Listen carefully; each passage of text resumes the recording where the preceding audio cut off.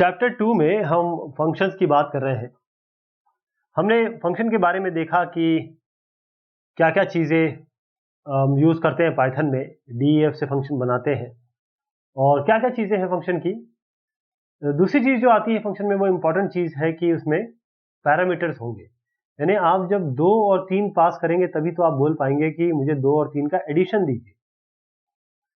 तो एडिशन देने के लिए हमको पैरामीटर्स पास करने पड़ेंगे जिसको हम आर्ग्यूमेंट्स भी बोल रहे हैं। थोड़ा सा इसमें अंतर है, इसको हम समझेंगे भी पाइथन में किस तरीके से ये चीज़ें देखी जाती है अलग अलग। पैरामीटर्स वो वैल्यूज है जो आप इस पैरेंथेसिस में देते हैं जब हम फंक्शन का हेडर लिखते हैं। यानी कि फंक्शन अगर कोई काम करना चाहे तो ये वैल्यूज की जरूरत पड़ती है। अब हमने जो एरिया ऑफ सर्कल लिखा, मान लीजिए इस तरीके से हमने एरिया लिखा, तो इसके अंदर हम ये रेडियस ये देना चाहेंगे। यानी कि रेडियस देंगे तभी तो एरिया निकल पाएगा, चाहे आप इसके आगे पाई आर स्क्वायर करें या जैसे भी करें। तो रेडियस आपको ये पास करना पड़ेगा, इसे हम कहेंगे पैरामीटर किस फंक्शन का, एरिया का। अगर एक से ज्यादा है, अगर एक से ज्यादा वैल्यू रिक्वायर्ड है तो हम इसको कॉमा से सेपरेट करके अलग अलग दे सकते हैं। यहाँ पे आर्ग्यूमेंट्स क्या है? आर्ग्यूमेंट्स हम वो वैल्यूज को कहते हैं जो हम जब फंक्शन को कॉल करते हैं, इन्वोक करते हैं, उसको एग्जीक्यूट कराना चाहते हैं तब देते हैं। आप समझ गए अंतर? पैरामीटर्स, ये रेडियस, अभी ये फिलहाल रेडियस इज द पैरामीटर। जब आप फंक्शन में एरिया 2 करके देंगे तो ये 2 को पैरामीटर लेगा और 2 के हिसाब से एरिया निकालेगा। बिल्कुल जो आपने ऑर्डर यहां दिया है पैरामीटर्स में, उसी हिसाब से आर्ग्यूमेंट दिए जाएंगे। ये जो बाउंडिंग है पैरामीटर टू आर्ग्यूमेंट वो 1:1 में काम करती है। इसका मतलब जितने नंबर है, same number and type of arguments are mentioned in parameter. जो पैरामीटर में आप दे रहे हैं, जैसे आपने कहा ऐड a, b, c, ये दिया, तो जब ऐड को आप इन्वोक करेंगे तो ऐसे देंगे 1, 2, से 3, ऐसे देंगे इसको। एक एग्जांपल जो एरिया का है उसको देखिए। जो फंक्शन कॉल होगा उसमें हम एरिया इस तरीके से देंगे, साथ में हम ये पास करेंगे रेडियस। यहां पर ये आर्ग्यूमेंट बन गया, यहां पर ये आर्ग्यूमेंट बन गया। आर्ग्यूमेंट में कांस्टेंट भी डाल सकते हैं, वेरिएबल भी डाल सकते हैं और एक्सप्रेशन भी डाल सकते हैं। स्कोप ऑफ वेरिएबल्स, स्कोप क्या होता है? स्कोप का मतलब होता है एक वेरिएबल कहां विजिबल होगा, मतलब कहां उसको वो जगह, वो पूरा एरिया जहां पर आप उसे रेफर कर सकते हैं या यूज कर सकते हैं। इसका मतलब जो स्कोप है वो क्या होल्ड करेगा, जो भी variable, current set of variable है और उनकी वैल्यू।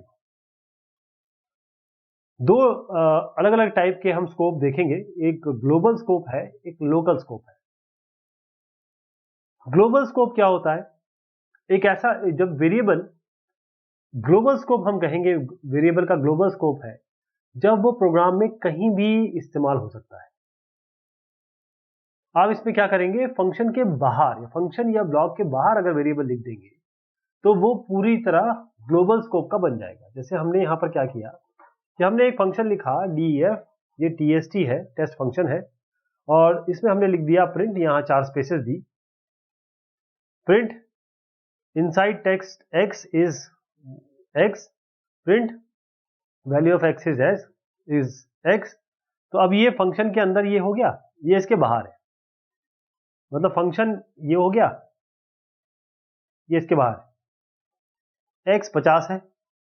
हम कह रहे हैं कि ये ग्लोबल स्कोप। तो जब हम इसको रन कराएंगे तो अंदर भी इनसाइड टेस्ट में भी 50 आएगा, बाहर, क्योंकि ये प्रिंट लाइन, प्रिंट जो है वाली जो स्टेटमेंट आप देख रहे हैं ये बाहर है इस फंक्शन से, तब भी 50 आएगा। जो भी मॉडिफिकेशन आप ग्लोबल को करेंगे वो परमानेंट होगी और जितने भी फंक्शंस उस फाइल में लिखे हैं उनके लिए विजिबल होगी। जैसे अगर आप x = 50 लिख रहे हैं, यहां पर आप फंक्शन के अंदर आए, आपने कहा x + 10, इसका मतलब क्या होता है, x = x + 10 देना चाह रहे हो। अब क्या हो जाएगा, x में 10 की वृद्धि कर दी आपने, बढ़ा दिया, तो x में कौन सी वैल्यू आ गई, बेसिकली 60 आ गई। तो आपने कहा अंदर ये फंक्शन यहां से यहां तक है, इनसाइड टेस्ट एक्स इज, तो एक्स को 60 आना चाहिए। अब जब यहां से फंक्शन शुरू हुआ, मतलब डेफिनेशन फंक्शन की शुरू हुई, यहां एंड हो गई। यहां पर आप देना चाहें print value of x is, क्या आएगा? आप सोचते हैं क्योंकि ग्लोबल है 50 है तो 50 आना चाहिए क्योंकि ये तो फंक्शन के अंदर हो रहा है। ऐसा नहीं, जब आप बाहर भी प्रिंट करेंगे, क्योंकि आप x की वैल्यू को चेंज कर चुके हैं, x रेफर कर रहा है 10 को, अब सॉरी 50 को, और आपने 10 जोड़ दिया तो x अभी भी तो इसी को रिफर कर रहा है जहां 60 हो चुका है। आपने रिबिल्ड कर दिया यहां पर दोनों ही जगह पे 60 आए। लोकल स्कोप, लोकल स्कोप का मतलब यह है कि जो भी फंक्शन या ब्लॉक है उसी के अंदर जहां पर इसको क्रिएट किया गया है वहीं पर इसका स्कोप होगा। तो जब हमने वेरिएबल फंक्शन या ब्लॉक के अंदर बनाया तो वेरिएबल लोकल हो जाएगा, और लोकल वेरिएबल तभी एग्जिस्ट करेगा जब फंक्शन एग्जीक्यूट हो रहा हो। एग्जांपल देखिए, x इज इक्वल टू 50 दिया आपने, यहां y इक्वल टू 20 दिया, यहां से फंक्शन शुरू हुआ, यहां से फंक्शन एंड हुआ। Print value of x is, ये x की वैल्यू प्रिंट कराने की कोशिश की तो यहां 50 आएगी, y इज, y 20 आएगा, राइट। अब इसके बाद एक और प्रिंटिंग आपने यहां पर दे दी, value of x is what, क्योंकि ये ग्लोबल स्कोप है तो यहां पर आपको 50 आना चाहिए, लेकिन y को क्या मिलेगा? y को क्या मिलेगा? क्योंकि y तो इस फंक्शन के अंदर है, इसका ये लोकल स्कोप है, ये लोकल स्कोप है और ये ग्लोबल स्कोप है, जीएस। तो जो ये प्रिंट लाइन है, ये आपको, ये वाली जो प्रिंट लाइन आप देख रहे हैं, ये वाली, this will give an error. क्यों? y तो इसके पास है ही नहीं, y तो यहां से शुरुआत हुई, यहीं खत्म हो गया। तो जो ग्लोबल वेरिएबल हमेशा ग्लोबल ही रहेगा अगर इसको यहां पर दोबारा रिक्रिएट नहीं किया जाता, रीबिल्ड नहीं किया जाता। एक एग्जांपल देखिए, x को आपने 50 दिया, अब इस फंक्शन के अंदर आ गया, फंक्शन यहां से शुरू हुआ, यहां खत्म हो गया। x में आपने 5 वैल्यू डाली, y में आपने 2 डाल दी, यानी x क्या हो गया? 50 हो गया, 50 से 5 हो गया, तो x अब आपका 5 हो चुका है, y 2 हो गया। Value of x and y inside the function x y, यानी कि x में यहां 5 दिखना चाहिए, y में 2 दिखना चाहिए। अब आप फंक्शन के बाहर आ चुके हैं। Value of x outside the function is what. अब यहां पर देखिए, जब हम आउटसाइड आएंगे, इधर पे आउटसाइड द फंक्शन इज 50, यहां पर आप 50 आ रहा है क्योंकि ये ग्लोबल है। आप ये देखिए, ये आउटपुट कैसे आया? अगर हमको रेफर करना है ग्लोबल वेरिएबल को फंक्शन के अंदर, तो इसके साथ हम ग्लोबल प्रीफिक्स यूज करेंगे। We have to use a keyword global. आप समझ रहे हैं मैं क्या कहना चाह रहा हूं? ये ग्लोबल है, ये x इक्वल टू 5 लोकल हो गया, ये 5 इसके लिए लोकल हो गया, तो 5 यहां पर दिखाई दे देगी। अगर ये बाई चांस x नहीं होता, तब हमने अभी एग्जांपल में देखा था, जब ये x नहीं था तो x की ग्लोबल वैल्यू इसको मिल गई थी। लेकिन अब यहां x इक्वल टू 5 है, इसको एक मतलब एक ग्लोबल हो गया, एक लोकल हो गया। ये हमेशा लोकल को लेगा, हमेशा लोकल को लेगा, क्योंकि फंक्शन के अंदर लोकल ही चलता है। अगर बाई चांस आपको इस फंक्शन के अंदर x इक्वल टू 50 को कॉल करना है, तो आपको ग्लोबल कीवर्ड यूज करना पड़ेगा, जैसे यहां पर हुआ। अब x इक्वल टू 50 दिया आपने, इस फंक्शन के अंदर लिखा ग्लोबल x, मतलब आप रेफर करना चाहते हैं अब इसको। अब x इक्वल टू 2 दिया आपने और y इक्वल टू 2 दिया। Value of x and y inside the function, inside the function में तो आपको क्या क्या मिलेगा? 2 और 2। Value of x outside the function x is, अब क्योंकि आपने ग्लोबल x कर लिया है और इस x को, मतलब ग्लोबल x के पास 50 था, इस फंक्शन के अंदर आपने इस ग्लोबल x को एक्सेस किया और इसमें 2 की वैल्यू डाल दी, 2 की वैल्यू डाल दी, तो जब आप बाहर प्रिंट करेंगे तो आपको वैल्यू 2 मिलेगी। और देखते हैं डिफाइनिंग फंक्शन में और क्या क्या होता है। हम कुछ डिफॉल्ट वैल्यू भी दे सकते हैं, हमेशा ऐसा जरूरी नहीं है कि सारी वैल्यू पास की जाए। कुछ वैल्यू बाय डिफॉल्ट, यानी कि अगर आप पाई आर स्क्वायर निकालना चाहते हैं तो पाई अगर देना चाहते हैं बाय डिफॉल्ट दे दीजिए, या आपकी फिक्स वैल्यू है, जैसे सिंपल इंटरेस्ट निकालना चाहते हैं या कंपाउंड इंटरेस्ट, एक बैंकिंग सोल्यूशन है, वहां जो आजकल इंटरेस्ट रेट चल रहा है उसको फिक्स कर दीजिए। तो यूजर से इसकी जरूरत नहीं पड़ेगी आपको, जब वो फंक्शन कॉल होगा हम डिफॉल्ट आर्ग्यूमेंट दे सकते हैं। अब देखिएगा, हमने एक फंक्शन लिखा def डिफाइन करके ग्रीट, यहां पर हमने कहा मैसेज और ये जो है यहां पर आपने कहा टाइम्स इक्वल टू 1, ये टाइम्स इक्वल टू 1 क्या हुआ? तो यार यहां पर क्या किया आपने, जैसे ही आपने प्रिंट मैसेज इनटू टाइम्स कर दिया, मैसेज इनटू टाइम्स कर दिया, तो ये हुआ क्या कि मैसेज 3 बार, ये मैसेज इनटू टाइम्स का मतलब ये होता है कि एक बार, राइट? मैसेज क्या आया आपका, जैसे आपने ये फंक्शन कॉल किया, वेलकम आया, वेलकम एक बार, वेलकम आ गया एक बार। और अब हम ये चाहते हैं कि टाइम्स इक्वल टू 1, ये डिफॉल्ट था, जब हमने कुछ नहीं दिया तो बाय डिफॉल्ट ले लिया इसने 1। लेकिन अगर आप वैल्यू देना चाहते हैं तो भी कोई दिक्कत नहीं, यहाँ पर 2 देंगे तो अब इस 1 की जगह 2 ओवरराइड हो जाएगा, यानी इस जगह 2 चला जाएगा, तो हेलो 2 बार आपको मल्टीप्लाई होगी, मतलब 2 बार दिख जाएगा। तो ये फंक्शन है एक आर्ग्यूमेंट और ये फंक्शन है 2 आर्ग्यूमेंट, एक करेंगे तो दूसरा उसको मिल नहीं रहा है तो वो डिफॉल्ट वैल्यू ले लेगा, अगर आपने डिफॉल्ट दी हुई है तो इस तरीके से आपने देखा डिफॉल्ट वैल्यू उसने 1 लिया, 2 बार आपको स्ट्रिंग दिखा दिया, अगर 2 लिया तो ये आपका तरीका है किस तरीके से हम डिफॉल्ट वैल्यू देते हैं। आप ये ध्यान रखिए कि डिफॉल्ट वैल्यू अगर आप असाइन करते हैं पैरामीटर को तो वो हमेशा कांस्टेंट ही हो सकती है, केवल कांस्टेंट होगी। जो भी उस पैरामीटर लिस्ट के एंड में होंगे वो आप डिफॉल्ट वैल्यू देंगे। ऐसे नहीं हो सकता कि आपके लेफ्ट में डिफॉल्ट आर्ग्यूमेंट वैल्यू देने लगे आप, वो नहीं होगा। अगर आप यहां पर without assigning default value to parameter lying on its right side, मतलब आप इसको दे देंगे फिर इसको भी दे सकते हैं, इसको भी दे सकते हैं, ऐसे नहीं कर सकते कि इसको दे दें और इसको दे दें, ये इसको भी देना पड़ेगा आपको, ओके। और डिफॉल्ट वैल्यू केवल एक बार इवैल्यूएट होती है जब आप फंक्शन का डेफिनेशन देते हैं। अगर एक ऐसा फंक्शन है जिसमें काफी सारे पैरामीटर्स है और हम स्पेसिफाई करना चाहते हैं केवल कुछ इसमें जब फंक्शन कॉल करें, तो उसके लिए क्या करेंगे, उनका नाम यूज करेंगे। हम पोजीशन नहीं, पोजीशन या ऑर्डर नहीं, हम उनका नाम यूज करेंगे।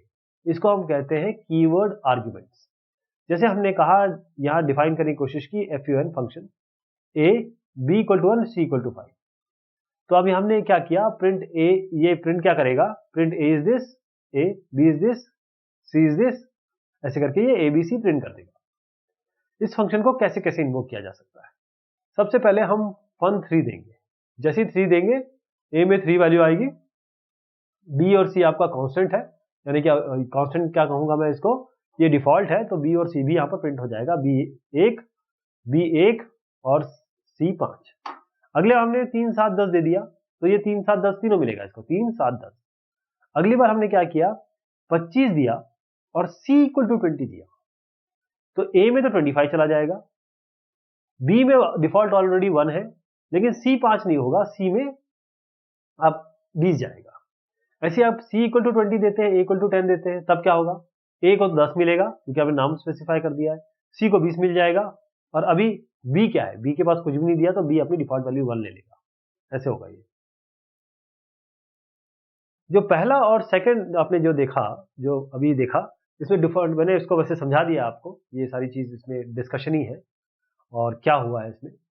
और जो फंक्शन नेम आपने जो fun, इसमें 3 पैरामीटर्स थे, जिसमें पहला था वो बगैर डिफॉल्ट का था, दूसरे आपके डिफॉल्ट वैल्यूज थे। तो कोई भी any call to the function should have at least 1 argument, यानी अगर एक आपने नॉन डिफॉल्ट दिया है तो कम से कम एक तो होना ही चाहिए। जब आप कीवर्ड आर्ग्यूमेंट यूज कर रहे हैं तो आपके दिमाग में क्या क्या चीज होनी चाहिए उसको ध्यान रखिएगा। आर्ग्यूमेंट लिस्ट में must have a positional argument, यानी कि आर्ग्यूमेंट लिस्ट में आपको पोजिशनल आर्ग्यूमेंट चाहिए, बाद में उसके बाद आपके कीवर्ड आर्ग्यूमेंट हो सकते हैं। कीवर्ड जो आर्ग्यूमेंट लिस्ट में है, जो लिस्ट पैरामीटर है वहीं उसी के नाम दिए जा सकते हैं। जैसे आपने a इक्वल टू 10 दिया फंक्शन कॉल में, ये तो दे दिया, क्या फंक्शन कॉल में x इक्वल टू 10 दे सकते थे, वो तो था ही नहीं, abc में कोई भी नहीं है, तो नहीं, x इक्वल टू 10 नहीं दे सकते। कोई भी पैरामीटर ऐसा ना हो जो एक से ज्यादा वैल्यू, मतलब एक से ज्यादा बार वैल्यू ले।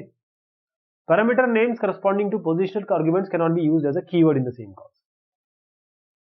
पैरामीटर का नाम जो पोजिशनल आर्ग्यूमेंट से करस्पॉन्ड करता है उसको हम यूज नहीं कर सकते कीवर्ड्स की तरह उसी समय सेम कॉल में। इसको आप समझेंगे, देखिए ये जो चीज मैंने बताई है, अगर हमने ये जो सारी चीजें हैं इसको मैंने यहाँ बताने की कोशिश की है कि अगर हमने FUN दिया तो यहाँ पर एक भी पैरामीटर नहीं है, जबकि हमने इसको इस तरीके से बना रखा था, a b इक्वल टू 1 या c इक्वल टू जो भी 5 था।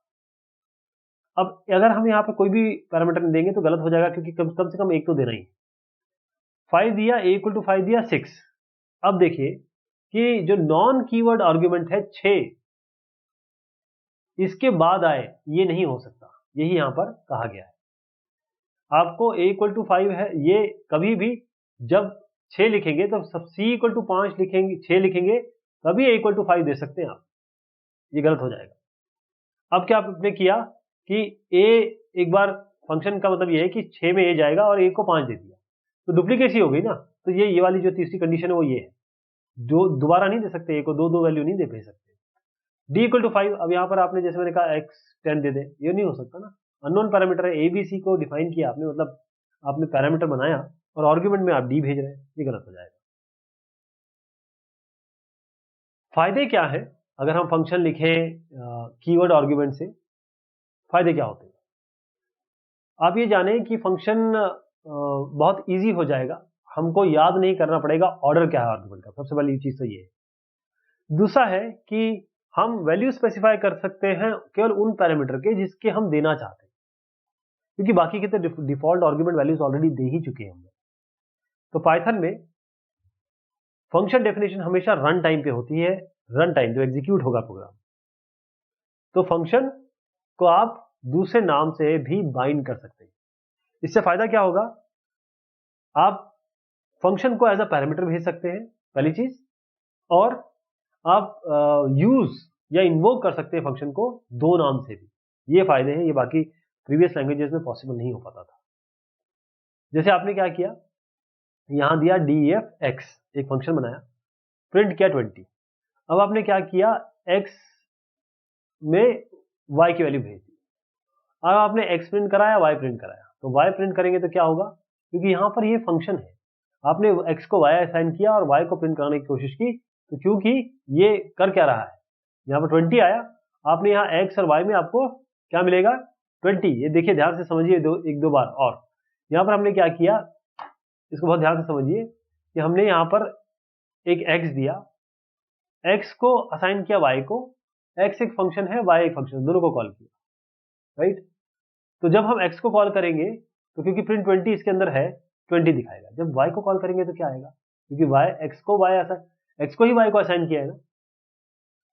इसमें देखिए एक x है, प्रिंट 20 किया, एक और फंक्शन इसके अंदर दिया df टेस्ट, ये फंक्शन है, एक fn डाला इसमें, for i in range of 4, इस फंक्शन को हमने जो ये fn था यहां पर पास किया, ओके। फिर टेस्ट x किया, जैसे हमने टेस्ट x किया मतलब इसको कॉल किया x, इस टेस्ट x मतलब ये x इसके अंदर गया और टेस्ट x किया, तो i इन रेंज 4 4 बार क्या प्रिंट होगा, क्योंकि x हम बॉन्ड बना चुके हैं यहाँ पर। देखिए आप, x क्या करता है, प्रिंट करता है 20 को, तो ये एक बार, क्योंकि 4 बार आप i को इन रेंज 4 का मतलब 4 बार चलेगा, ये लूप फॉर का लूप है ये। तो fn, ये फंक्शन कॉल होगा fn, और fn फंक्शन क्या करेगा, जब भी हम ये टेस्ट x कॉल करेंगे इस वाले फंक्शन को, हम देखेंगे कि ये 4 बार चलेगा, लेकिन वैल्यू वो कौन सी प्रिंट कराएगा, fn की, 20 20 20 20 ऐसे। अब फ्लो ऑफ एग्जीक्यूशन देख ले प्रोग्राम का जिसमें फंक्शन कॉल है। हमेशा ध्यान रखिएगा कि एग्जीक्यूशन हमेशा, या जो प्रोसेसिंग शुरू होगी वो पहले स्टेटमेंट, जो भी प्रोग्राम का पहला स्टेटमेंट है वहां से शुरू होगी। स्टेटमेंट हमेशा एग्जीक्यूट होंगे एक लाइन बाय एक लाइन, टॉप टू बॉटम, क्योंकि ये इंटरप्रेटेड लैंग्वेज है। फंक्शन डेफिनेशन ये कभी भी ऑल्टर नहीं करता है जो फ्लो ऑफ एग्जीक्यूशन है प्रोग्राम को, क्योंकि जो इसके अंदर स्टेटमेंट है फंक्शन के अंदर वो तब तक नहीं चलेंगे जब तक फंक्शन को कॉल ना किया जाए। जब फंक्शन कॉल किया जाएगा तो दूसरे स्टेटमेंट पे जाने की जगह कंट्रोल जंप कर जाएगा बॉडी पे, सीधा बॉडी पे। फिर उसके सारे फंक्शन जो भी स्टेटमेंट है उस फंक्शन के अंदर वो चलेंगे टॉप टू बॉटम में, फिर वो दोबारा वहीं आ जाएगा जहां उसने लीव किया है, यानी कि यहां से यहां तक आया, अब यहां फंक्शन है तो ये फंक्शन में जाएगा, पहले इसको एग्जीक्यूट करेगा फिर इधर पे आएगा। ये तब तक सिंपल रहेगा जब एक फंक्शन, ये जैसे फंक्शन ने कॉल किया, अब हो सकता है यहां पर भी एक दूसरा फंक्शन कॉल हो जाए, ओके। तो फंक्शन के अंदर फंक्शन भी हो सकते हैं, तो वहां पर थोड़ी सी कॉम्प्लेक्सिटी बढ़ जाएगी। पाइथन बहुत बढ़िया ट्रैक रखता है फंक्शन के अंदर फंक्शन। तो जब भी आप एक फंक्शन कंप्लीट होगा तो प्रोग्राम वहीं से पिक करेगा जहां से उसने लास्ट को लीव किया था, जब तक प्रोग्राम एंड नहीं हो जाएगा, जब तक टर्मिनेट नहीं होगा। तो पाइथन आपको अलाउ नहीं करता है, does not allow you to call a function before the function is declared. अगर आपने फंक्शन डिक्लेयर नहीं किया है तो function does not allow you to call that function. जब आप लिखेंगे नाम फंक्शन का बगैर पैरामीटर के, तो उसको कैसे इंटरप्रेट किया जाएगा? As a reference. जब फंक्शन का नाम लिखेंगे पैरेंथेसिस के साथ, जब इसके साथ लिखेंगे, जब इसके साथ नहीं लिखेंगे तो एज अ रेफरेंस होगा।